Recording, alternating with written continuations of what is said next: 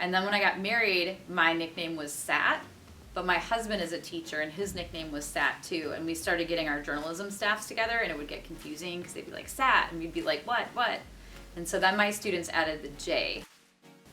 What is your favorite time of the day? Favorite time of the day is when I get into bed at night and I get to read my book for a little while and sort of relax. What is one thing you can do that no one else can do? I don't think I have any unique skills that are just unique to me, but I am really good at organizing shower schedules when there's a lot of people staying in one house. That's something that I am really good at. If you could gain any skill or talent, what would it be? I would learn to play the guitar really well. What's your favorite subject or topic to teach? Journalism. I mean, I think the cool thing about journalism is it's different. Like everybody's story pitch is different, right? So when I'm teaching it, you can find out what all these different students are passionate about by what they write about. And so it makes reading and providing feedback on that writing really interesting and engaging compared to in like a lit class where you might be collecting 30 essays about a book or something like that. So journalism is definitely a little bit more interesting and exciting in terms of the feedback that I get to provide. What is your fondest memory of high school? Oh my gosh, I had such a cool high school experience. I went to an international school called Canadian Academy in Kobe, Japan, and I lived in a dorm, which meant I ate all of my meals at the school. And let's see, my fondest memory was probably traveling. So it was an international school. There were like 200 kids total in the school from like 47 different countries. And I played all sports all 3 seasons. And I sang in the choir, and all of those teams and groups traveled to other countries in order to compete against other international schools. And so in the 3-year experience, I went to 23 countries. So that was pretty incredible to see things from all over the world, just to really, from a really sheltered upbringing in Royal Oak, Michigan, to be able to kind of see the world was just such a cool part of my formative experience. Did you take journalism in high school? I did not take journalism in high school because I was in the choir. And so that was my main elective. And our choir was, we had a similar choir sort of to like the variations. How long have you been singing for? Since I could talk, I believe. So lots and lots of singing from a young age. I think I started performing with my dad when I was 5. If you could teach any other subject, what would it be? I think it would be fun to teach the health class that is going to be implemented in our FUHSD schools. It's like mental health and wellness, sexual health and wellness, physiology, like concepts for like how to take care of your body and your mind. If you were not a teacher, what would you be? If I could choose, like if I were talented enough to do whatever I wanted, I think I would probably want to be a country singer. Like a pop country singer, not a twangy country singer. But yeah, that would be my dream. What did you want to be in high school? In high school, my main goal was to save the planet. I was really passionate about environmental issues. So I entered college undeclared, changed my major to environmental science. My major was Japanese for a while. I fell into teaching because I have always been sort of passionate about that too. And then by very unique circumstances ended up in secondary English and journalism education, just from the way that the people I met along the way. Why did you become a journalism teacher? Well, I was working in college at the journalism school. So I just had an office job working and organizing and doing data entry to our local high school organization. It ran out of Michigan State University.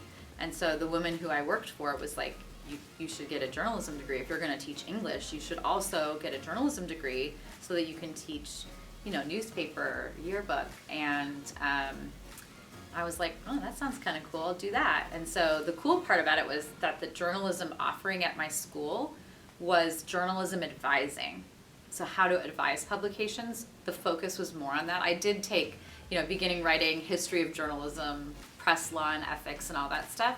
But the focus was more on like how to help students be successful as journalists, not so much like prepping me to be a journalist. So it wasn't until later when I did an internship at a newspaper for a summer that I really got real journalism experience myself.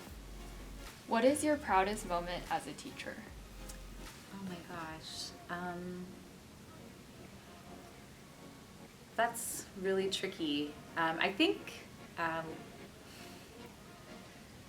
don't want to say an award because that's kind of like not really my style. Like I don't do things for the awards.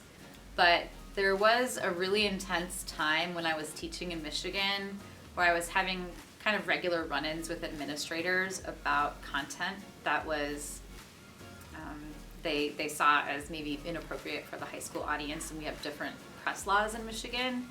And so I am going to say an award. When we won a pacemaker for our coverage that year, it was very gratifying after many meetings of, just sort of tense conversation and trying to advocate for my students and for their reporting. So that was just kind of a satisfying conclusion to a very stressful year. What chore do you absolutely hate doing? Cooking. Yeah, I don't cook. My husband does all the cooking and all the grocery shopping. What are your biggest pet peeves? I don't like it when people walk slowly, drive slowly, just basically do anything slowly. I'm a very efficient person, and so when you're walking out at Monte Vista, for example, if someone's on their phone or just not paying attention and they're walking really slowly, I do my best to like get around them very quickly. What do you like most about being a teacher? Students. I mean, students are super fun. They are the best part of the job. So there are lots of parts of the job. There's lesson planning, there's grading, there's email, there's meetings. And most of that stuff, actually I kind of like lesson planning too, but most of that stuff is not even close to as exciting as engaging with students in a classroom, which is why those pandemic times were so hard, because it took the best part of the job away from all of us. If there was one thing you could improve at Monte Vista, what would it be? I guess I wish, this maybe is going to sound sort of hippie-ish, but I guess I just wish everyone appreciated each other a little bit more, and that is from my colleagues all the way down to students, just understanding that we're all here because we're passionate and we care, and be kind to each other and work together well. It seems like we have a lot of divisions, and a lot of pressure, but I think the pressure could be mitigated with kindness and acceptance, and some of that toxicity could be kind of pulled away if we were all just genuinely like, I know you care about being here and I care about being here, let's respect each other for that, rather than like, well, what'd you get on that test and what'd you get? What is the most interesting rumor you've heard about yourself? I don't know that I've heard any rumors about myself. I did tell students one time a story about how I was engaged when I met my husband Rod, and I heard someone came back to ask me about that, and their version of the story was totally wrong. So I guess that's kind of a rumor, but it was just a mistranslation of the story. If you could witness one event from history, what would it be? I think I would want to be in Hyde Park when Barack Obama gave his acceptance speech for presidency, because that was a really powerful moment in time. And I remember watching on TV and sobbing and just being like, oh my gosh, it would be so cool to be there. And I thought it just demonstrated such marked growth in our country and was such a positive step towards some attempt at racial reconciliation. So that's where I'd go. What is the most embarrassing moment you've ever had? Oh gosh, I've had a lot, but there was a point my freshman year of college when I was getting food in the cafeteria, and you put it on a tray and you put things on your tray, and I was by myself, and typically going to a meal by yourself is kind of awkward, so I was looking for an open table, and so I was up looking to find a spot to sit when I slipped. I ran into, ironically, a floor slippery when wet sign, and I slipped, and my whole plate of food went into the ground, and I sort of slid into it. and had food all over my hair and my shirt and everything. And, no one was like, oh, let me help you out. They just all stood up and started laughing. And so then I like scoop all this food from the ground onto the tray. I like run to the tray return place, and then I ran back to my dorm. And I had to shower with my clothes on because I had food literally like all over me. So I had to shower and rinse all this food out. And I avoided the cafeteria for a couple weeks after that, which was kind of a struggle, but yeah, it was so embarrassing. If you could have any superpower, what would it be? I would love to, is a clone? Is that a superpower? I'd like to clone myself to have one person to do the things that I don't really love doing, like grading and email, and then the other person to get to do the fun things like hanging out with my family and my students and teaching and providing feedback on stories, like stuff that I love, and I'd have someone to do like the grunt work. What would be the title of a book about yourself? That's a really hard question. Maybe,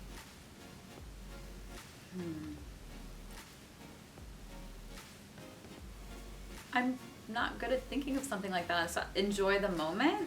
I feel like there have been a lot of different stages of my life. And in each one of those different stages, my goal was to try to just enjoy that particular part of my life. What would you do as the President of the United States? Gosh, I wouldn't want to be president because I would probably cry too much and prove all of the haters against women presidents right by being like too emotional. So I wouldn't want to be that. But if I had to be the president, gosh, I guess I would want to work on a couple of really important initiatives and actually making differences in terms of dealing with systemic oppression, dealing with climate action more directly, dealing with common sense gun laws. I mean, like, it's just blows my mind that we have not had enough traction really on any of those issues, and that our country is willing to accept a systemically racist place, that it's willing to accept a place where women don't have access to the health care choices that they should have, that we're willing to accept that our family members and friends and loved ones could get shot at any point in time because we haven't had the drive within us to just make legislative change happen. If there was one question you could ask about the future, what would it be? What should I do to make sure I'm healthy when I'm old? Like right now, I would tell myself, like, don't slide into home plate when you were in 8th grade because you hyperextended your knee and had all these knee problems. So what would be the thing that, like, when I'm old and I'm like, oh, that, I wish I would have done that better or differently, like, what should I do to maintain, like, a healthy and whole body and mind? What's one thing you'd tell your past self? Maybe don't spend so much time thinking about boys. I don't know. I feel like I was often, like, in high school, even in middle school, I was like super interested in boys and having boys like me and always having a boyfriend, including into college. And like, I spent a significant time expending emotional energy that was just sort of ridiculous, looking back on it now. I mean, I guess it was all part of my experience and how I came to be where I am, and who knows if I would be where I am today without all of those different relationships. But just like, stop being so boy crazy and make sure that you're focusing on yourself and your own dreams and your own wishes for yourself, and not spending unnecessary time with like boys who you will never speak to again after you graduate high school or after you graduate college. Who is your biggest inspiration? I guess, I mean, my parents are pretty great. Like, I didn't realize how great they were until I became a parent and now I have 2 kids, but they raised 5 kids pretty much on one salary, my dad's salary, and my mom was a homemaker, and they managed to overcome so many things. My brother Andy got cancer when he was 4, and he had like a really like 50% chance of survival, and they handled that situation, which was very stressful, with a really positive attitude, and I don't really know how they did that. And then they handled, moving our family to Asia, having our family, move to different parts of the country. So I just feel like they've handled all of that pretty gracefully. And they were not perfect parents by any means, but they just showed me that you just need to, try to remain positive and keep caring about your family members and focus on the importance of getting family together. Because I grew up really close with my cousins, and so now I love seeing my own children interacting with their cousins. So that focus on family really came from my parents. If you could write a book about anyone, who would it be? I know exactly who it would be. There was this one experience I had my junior year of high school where we went to build houses for Habitat for Humanity in the Philippines. And I was really bad at building houses, clearly, because I don't know, it was like pretty physical manual labor. And so I spent most of my time playing with the kids of the families who we were building houses for. And I have some really great photos of that time of like me with like 20 kids who were like all from that community, and we're gonna live in these houses we were building. And I would find all of them now and tell their stories. What's the strangest name a student has called you? Probably Ridge. My maiden name was Ridgeway, and so people called me Ridge, and like no one really understood it. And then when I got married, my nickname was Jsatt, but my husband is a teacher, and his nickname was Jsatt too. And we started getting our journalism staffs together, and it would get confusing because they'd be like Jsatt, and we'd be like what?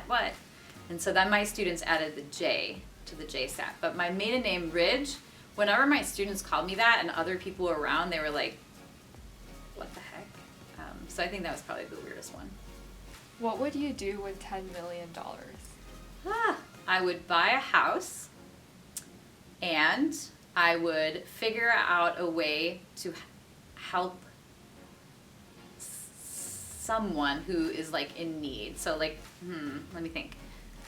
Like our church sponsored a family that was at the border, bringing them to Palo Alto, helping them get a house and furniture and things like that, find jobs.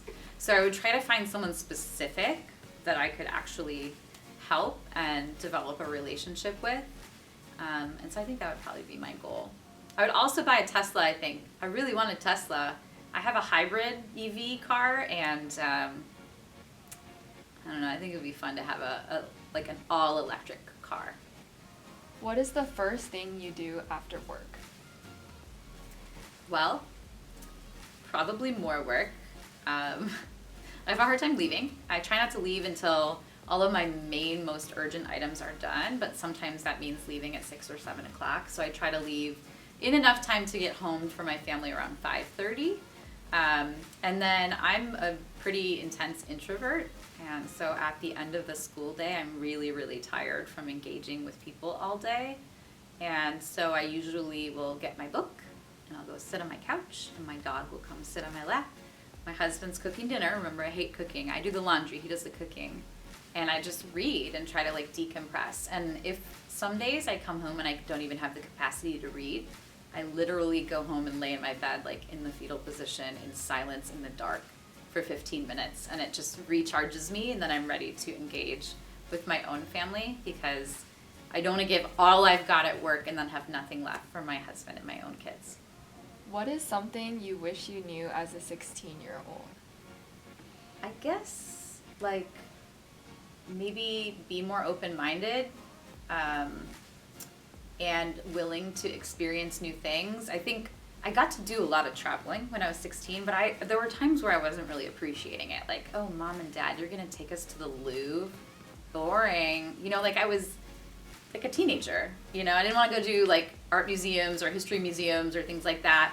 I think I would tell myself to pay more attention during those moments and to really like soak in the education that I had available to me, instead of like griping like, oh, this is like stupid. We're going to this famous art museum in France, and I'm, kind of like griping about it. So just sort of being present during really cool life experiences that not everyone gets, and maybe keeping a better journal. I have a sort of a journal that I kept during that time, but write more.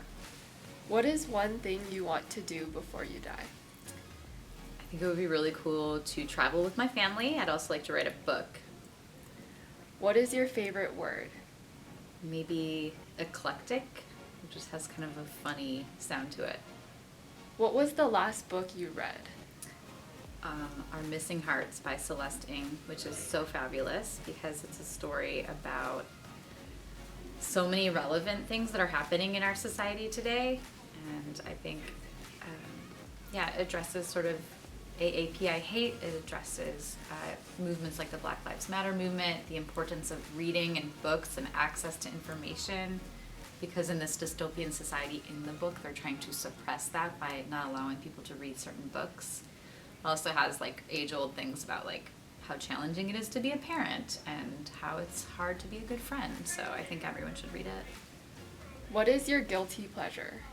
I like to watch Grey's Anatomy, which is embarrassing because, it's not the best. I mean, actually, it is a great show. That's why I continue to watch it. But for a while there, I thought they were going to like cancel it, but they just keep making more, and I'm addicted to them, so I just keep on watching. What is your favorite animal and why? I have two favorite animals. One is a sea turtle because they're really cool looking. They kind of seem sort of ancient, and they're very calm and peaceful. And when I was in Hawaii this past summer, our friend took us out to this beach at nighttime, and every 20 or 30 yards you just saw these gigantic, really cool sea turtles. And I think when we were doing some snorkeling, just swimming with sea turtles, it just felt really magical. And I also really like owls because I think they're like a representation of wisdom and are like graceful and beautiful. So I always carve an owl into my pumpkin on Halloween every year. What are you most looking forward to in the next 10 years?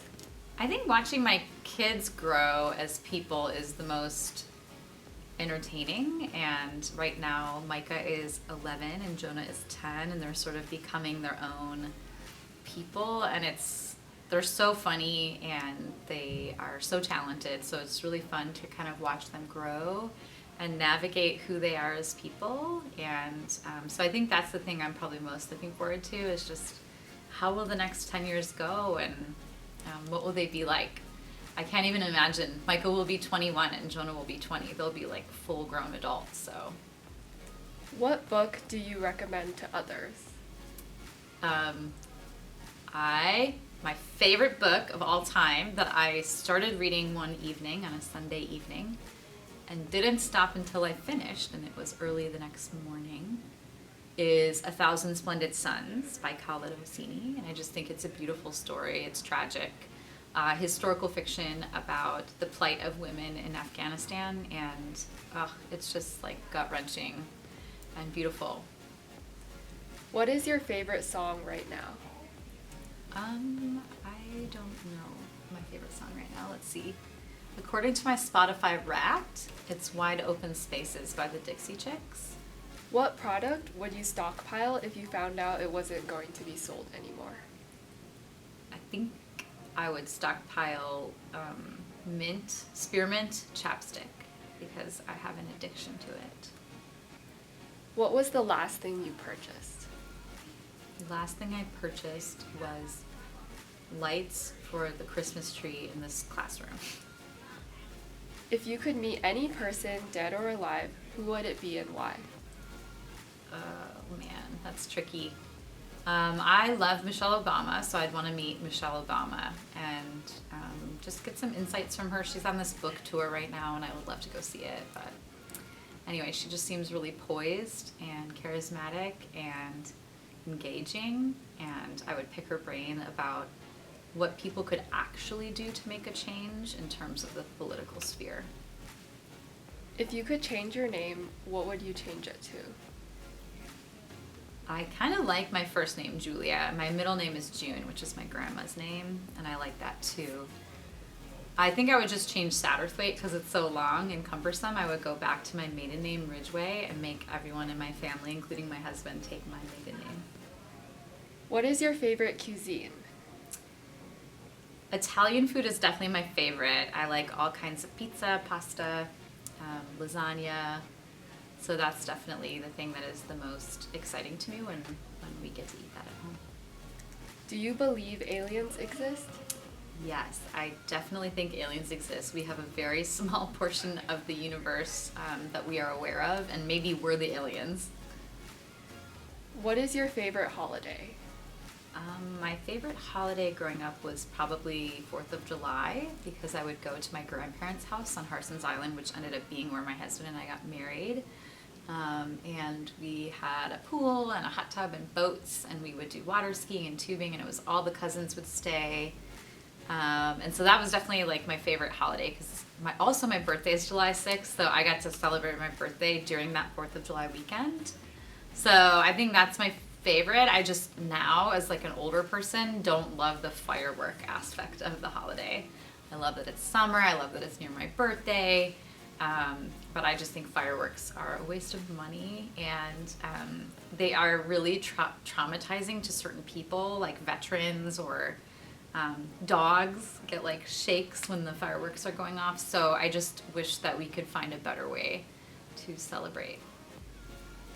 Who is your favorite modern day singer? Taylor Swift, for sure. She's amazing, and she got me through the pandemic by making not one, but 2 albums that year. And so I would leave my house on walks with my dog and listen to the albums. And there's like this one song where Bon Iver and Taylor Swift do like a duet, and it's so good that every time I listened to it on my walks during the pandemic, I would just start crying like a total weirdo, like on the sidewalk, listening to my music, walking my dog. But it's so good and so powerful the way that it builds up. There's this really cool crescendo, like it starts really kind of slow and low, and then it just keeps building up. And it's hard not to have, for me, a visceral reaction to that song. If you had to get a tattoo, what would it be and why?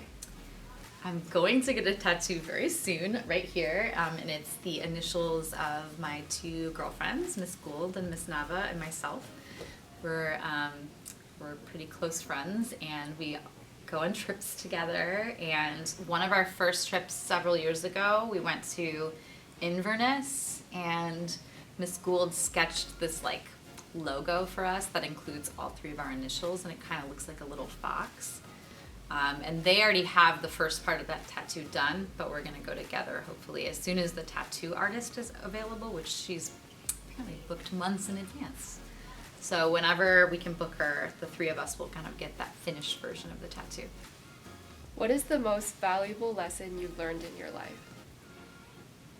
The most valuable lesson, I believe, is to try to enjoy the moment wherever you are now, and to not always focus so much on the future. And I think that that's really important, especially for Monte Vista kids who are often like so busy curating this future that they're forgetting to just spend time enjoying being in high school. I know it can be, some parts of high school aren't as enjoyable, but definitely like just trying to enjoy the present in high school, enjoy being in high school, enjoy being a teenager, enjoy living under your parents' roof where you have your food supplied for you, and you have, you don't have as many responsibilities, because as you continue, right, when you go to college, then you have more responsibility, more freedom, right? It's more fun because, you have more freedom, but it's also harder because now you're in charge of making sure that you yourself get fed and that your clothes get washed and all of those other things. And with each stage of life comes sort of increased responsibilities, but I think exponentially more joy, because as you go throughout your life, you get to choose what you want to do with it.